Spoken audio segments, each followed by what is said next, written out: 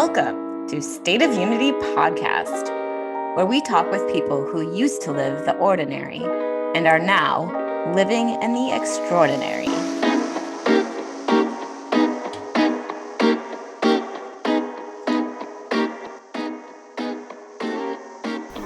Lynn Yap is Managing Director of Activ8 Network, an organization that works to increase the inclusion of women in senior leadership. She's also a published author of The Altruistic Capitalist, where she speaks on how to build a business that is sustainable within the community, environment, and even its profits. Lynn Yap, thank you so much for joining me this morning. I'm really excited to speak with you. You have an incredible portfolio of leadership and positions and growth behind you, and I can only imagine what you have set out for yourself this year. So thank you so much for your time today. Thank you so much for having me, Kara. And that was a very generous introduction. Thank you. So currently, from what I understand, your biggest project is the Activ8 Network, where you are partnering with companies to help create leadership programs for women. Yes, exactly. The whole vision of Activ8 Network is to empower women to reach their highest potential. So that could be leadership positions in organizations. They could be roles in technology and innovation. But what we want is to give women that space in order to come to their fullest potential at work. Love that. And so what inspired you, or what kind of sparked that vision? So it started, I guess, when I was working still in investment banking. It is very much male dominated. And in that space, I was focused on looking at deal flow in the tech space with the startup community. And again, there were lots of men in entrepreneurship and tech, and very few women. Um, and I thought to myself, well, what if it's a question of the funnel, right? Like there are very few women working in tech or starting their own business because there are very few women, studying that. And then I went further up the funnel and I thought, well, maybe it is at a younger stage where women don't have the right role models. They don't have other women to guide them and help them into these different career paths. And so I thought, well, what if we started a program called Activ8 Network that helped then provide young women in the community, so high school students, with role models of women who are working in technology and leadership. And we also provide women who are already working in that space, because the other thing is women tend to fall out midway in their career.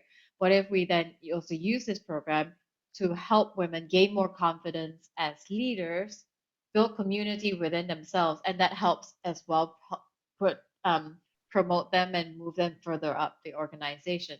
So that's the idea behind Activ8 Network, to empower the women who are already working in technology and innovation. That also helps to inspire and encourage girls in high school now to explore these career paths. Wonderful. And how long have you been working with that organization? So I started it about 3 years ago. Okay. And before that, I was already working with different schools. So I understand a little bit of what the issue is from the girls' perspective as well. High school girls in high school, there is still that mental block that are science and math. That's not an area for girls, so there's a little bit of reluctance to go into that. Um, in terms of the lower income community, for instance, there's also fewer role models. And so that's why the program that I launched at Activ8 Network was based on the conversations that I've had over the years with some of the schools that I've volunteered at.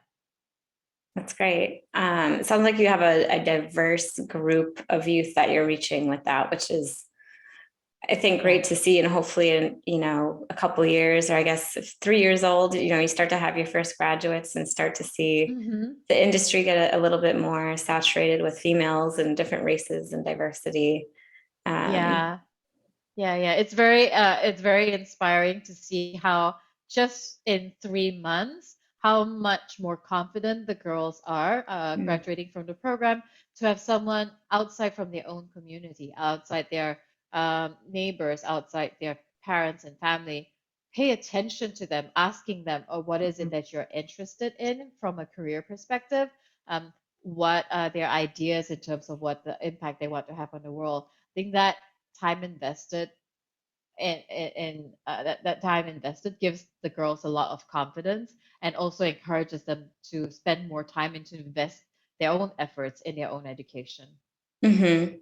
Yeah, I think that's great. I know. So myself, I grew up in, and I don't know if this is different based on the size of the school or anything like that, but I remember Mhm. growing up not really thinking, the options of a career, it wasn't a very big box, if that makes Mhm. sense. So, maybe you have like your main, a teacher, a doctor, a nurse, Mhm. not a big variety of things. And I think and I hope that organizations like this help not only the girls see that there are these other opportunities out there, but feel like they are achievable as well. Because I think that's another part of it as well, is you see these things out there, but they seem so far out of reach that you don't even really consider it. So I think, like you said, having that partnership with somebody who believes in them, and I'm Mhm. sure that transformation has just got to be, um, yeah, just life changing for them. Indeed, I hope that they do remember it.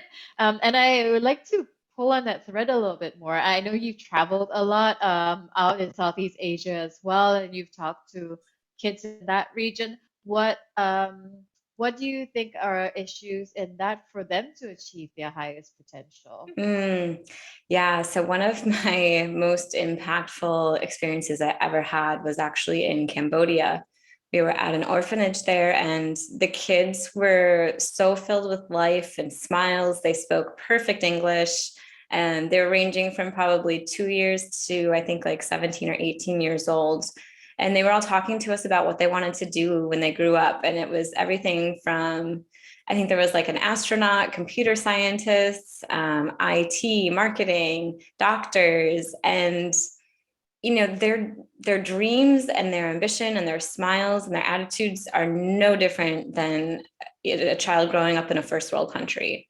But looking at their surroundings, my mind says, how can they see this as possible? How is this possible? Because I don't see electricity. I don't see, like, it just doesn't look like what I would expect someone to achieve with that. So, and I didn't really know much about what their resources were for education, but I think my takeaway was the drive and the ambition is the same. It's the resources that are different. So if you would ask me, that the one factor that I think makes all the difference is the access to resources.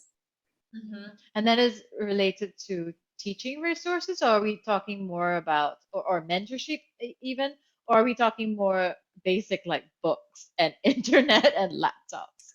I think both, honestly. I mean, you can't, yeah, I think both. Hmm.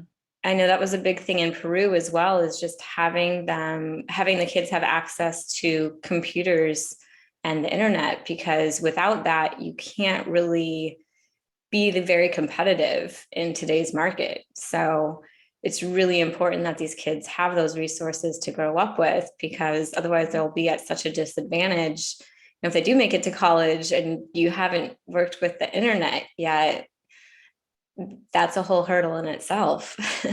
Yeah, it's crazy, isn't it? And I think the whole COVID-19 pandemic has exacerbated the whole situation and the and Completely. enlarged the gap because you will see that those who have the means and the resources at home with uh, fully functioning internet and laptops compared to even the students I work with, they didn't even have that when in spring of 2020. They Mm, couldn't continue their lessons because they didn't have internet at home. They didn't have the right. computers. How could they continue with lessons? And Yeah. it's really unfortunate what has happened with the pandemic.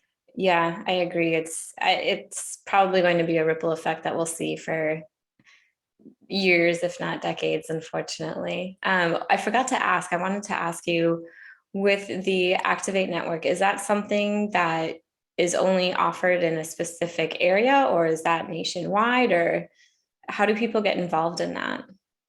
So the great thing about COVID-19 is that it transition. I mean, I'm very optimistic. I'm a very positive person. It also then I, well, after the students, the school I work with, once the students were back in school and had access to computers and laptops and internet, um, it became a virtual program, 100% virtual program, and that meant access to mentors globally. And so we've had programs, not only mentors from the US, but also from Europe. We've even had mentors from South Africa, from India, all within the same program.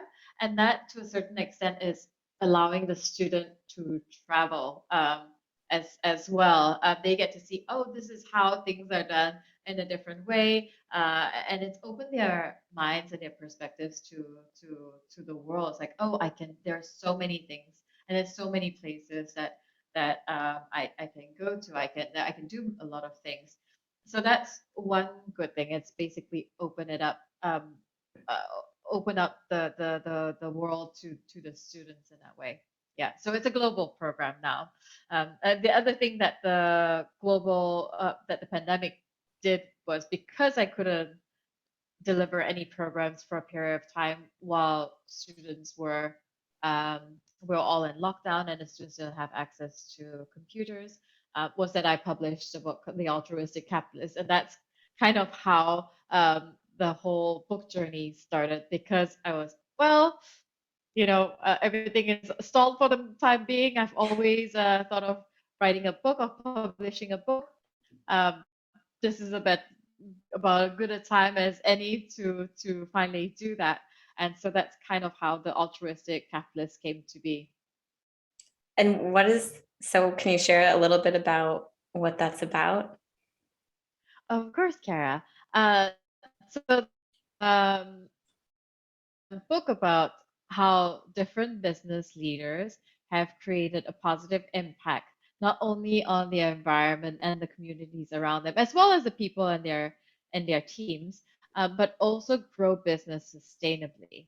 I think some of the dangers that businesses and companies have got into um, recent years is that we're too focused on the short term financial gains in the short term, and that means taking shortcuts, which doesn't bode Hmm. well for the long term, either for our employees, for our team's development, for the communities that we operate in, and either for the environment. I think we need now, even if you look at the state of climate change today, not only do we have to do no harm, I think we have to start thinking of how can we help regenerate the environment. Because if we don't have the natural world in a good state, raw materials will be very expensive. It's going to be so much more expensive for us to do business in the future anyway. So in the long term, it will be bad for us financially. So better to think ahead and think in the long term. How is it that we can regenerate the environment? How might we develop the people in our teams, help them grow, because the job market is changing. How can we retrain them, provide them with meaningful work, and also to take care of the communities around us? How might we rebalance and address some of the inequalities that exist in our society today? It sounds like a lot of really great information. I love seeing this tip in just make as much money as you can and not worry about what or who it hurts, to how can we do this so that everybody wins. And it's such a beautiful change in perspective. And I feel like along that same wavelength, consumers don't realize how much power they have when they're making these purchasing decisions. And when companies that are making these conscious efforts and they're being vocal about it, and as consumers that we can be vocal about, we're purchasing from these companies because they're making these choices that are going to help everything continue to survive for, longer than 30 years or Yeah. whatever the track is now. Yeah, yes, exactly. There's so many options out there for us consumers that it's not just all about price anymore. We care about the product, and about the quality, about the price, and about the impact. So Mhm. there is a lot of we have a lot of power as consumers. We also have a lot of power as employees. We can choose who we want to work with because there is a big war for talent and for good people right now. So also, if companies and leaders don't have the right structure, the right culture to provide people with purpose-driven work, meaningful work, I think they will eventually lose their competitive edge for talent, for teams. And Mhm. that's the same as investors as well. The likes of Robinhood, for instance, has made it easier and more accessible for people to invest in companies. And so we might think about investing in companies that we feel more aligned with from a purpose perspective. And it only hurts companies if they are not more conscious, if business leaders are not as conscious in terms of how they're Mhm. leading their companies. Yeah, I agree. And that I can kind of see the similarities, but also I see almost two opposite ends. So you have this amazing program helping build up women, and then you have this book about these companies and how they can make the world a better place. So what you must come from a diverse background to have all of these interests that you're so passionate about. Yes, indeed. And I mean, I didn't really plan my life this way. I grew up in Kuala Lumpur, Malaysia, and I've lived in 8 different countries. I speak 8 languages, and it just so happened that I was given the opportunity to work in Hong Kong, and that kind of started the whole travel bug, if you like. I've then had the opportunity to work on different projects from Italy to Spain to Germany. So lots of different places in which I've spent some time in. I also believe in learning someone else's language in order to connect with them, better integrate in the community. Um, and that gives me an insight and to see the world through their eyes. That has helped me to become more empathetic, to be more creative as well. Because when I'm able to adopt other people's perspective, and be more empathetic, I can create solutions that I guess absorb the different sides of the story that I see. So yeah, that is my whole story and how travel has changed my life. Hmm. When the all the lockdowns started happening and Hmm. my life kind of tipped in an unexpected direction as well. I had been to Malaysia prior and I absolutely loved it. And so I actually started applying for the My Second Home Malaysia All right, yeah. application, but they of course stopped everything because of COVID. But yes, I love your country. It's the people, the food, the landscape. It's one of the most amazing places I've ever been. Oh, thank you so much. That's very kind of you. Yeah. And then so I'm working on trying to get fluent again in Spanish. And Hmm. it's hard because people know I speak English. So people who do speak Spanish, even if I say, no, no, no, just speak Spanish, I'm trying to get better at it. And, they'll do one or two sentences and I struggle and then they'll switch back to English. So someone who speaks 8 languages, do you have any tips on how to learn a new language?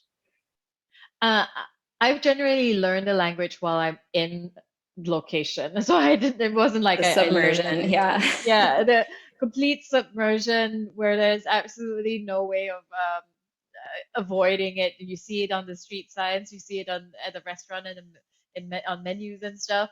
I think Mhm. that's the more or less the best way to learn it and to be stubborn. I remember when I was in Berlin, just as you say, the locals will just launch into English because they see that you're a foreigner and you're Right. butchering their language. But I feel that if you stubbornly stick at it, they will appreciate it and they will be quite supportive in that.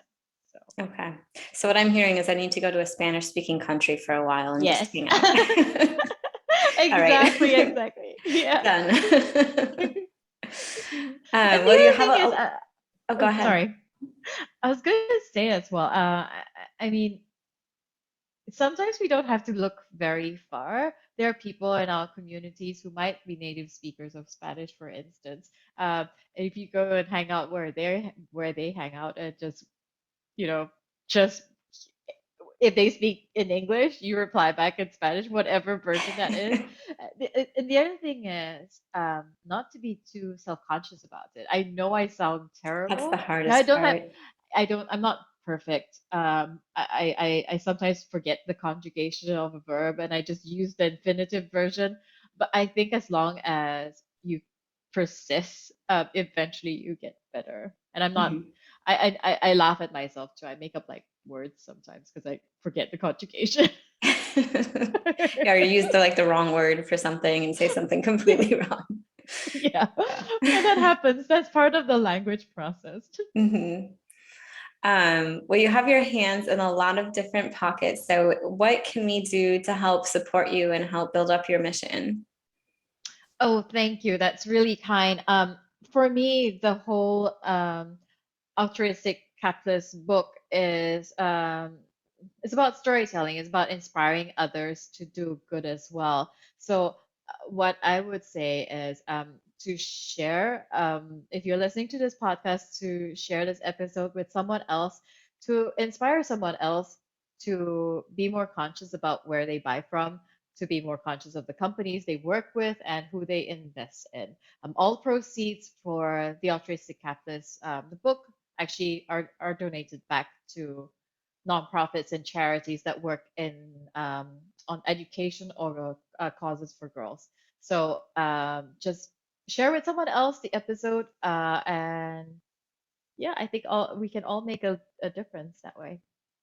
Wonderful. I'll definitely be getting a copy because that's a topic that I'm very interested in, and I'm happy to support you in that way. Thank you so much, Kara. So I do have one fun question that I like to ask all of my guests, and that is, if you were to be given a sailboat to sail around the world in, and your only job is to give her a name, what would you name it? uh, that's a very good question. I quite like that. I would say carencia. It's Querencia, and that's a Spanish word for the feeling that you get of when you're home in a place, and that might not be where you actually live, but it's where you go to recharge and to feel whole again. Oh, that is Carencia. beautiful. I might have to steal that one. Well said. Of course, the person who speaks 8 languages would have a good answer for that. Thank you. Well, thank you so much for talking with me, Lynn. It's been an absolute pleasure. I look forward to supporting you in your future endeavors. If there's anything I can do to help you out further, please do not hesitate to reach out. And I hope you stay in contact as well. Yeah, thank you so much, Kara. That was a real pleasure. Thank you.